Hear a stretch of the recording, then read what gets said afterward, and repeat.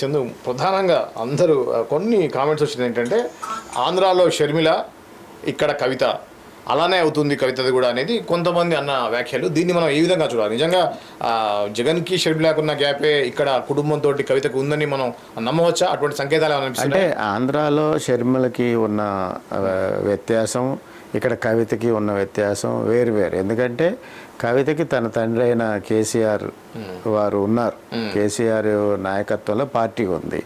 అక్కడ షర్మిలాకి వారు రాజశేఖర్ రెడ్డి గారు లేరు, వారు స్వర్గస్థులైన పరిస్థితి ఉంది. కాబట్టి ఏంటంటే అయిన తర్వాత కూడా జగన్ నాయకత్వంలో షర్మిల పనిచేయటం జరిగింది, పాదయాత్ర చేయటం జరిగింది.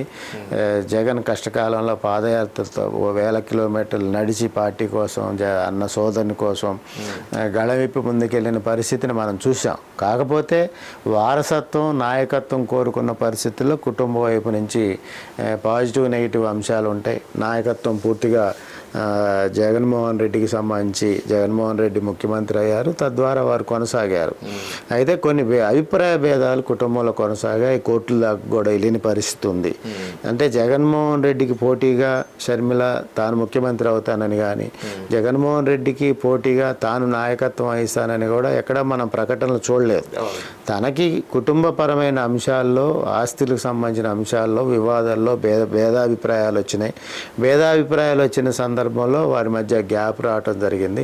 సొంతంగా తెలంగాణ బేస్గా ఒక పార్టీని పెట్టుకోవడం జరిగింది. ఆ విధంగా ముందుకెళ్ళటం జరిగింది. కాకపోతే ఆమె వైసీపీలో నాయకత్వం అంటే భేదాభిప్రాయాలు కుటుంబపరంగా వచ్చినప్పుడు దానికి సంబంధించిన వ్యత్యాసం ఆస్తులకు సంబంధించి ఉన్నప్పుడు నిజంగానే అక్కడ పార్టీలో ప్రియారిటీ ఇచ్చి అభిప్రాయాలను పెంచుకుని గొడవను పెంచుకునే పరిస్థితి ఏ రాజకీయ నాయకుడు చేయడు. ఆ విధంగా అక్కడ షర్మిలకి నష్టం జరిగిన మాట వాస్తవం.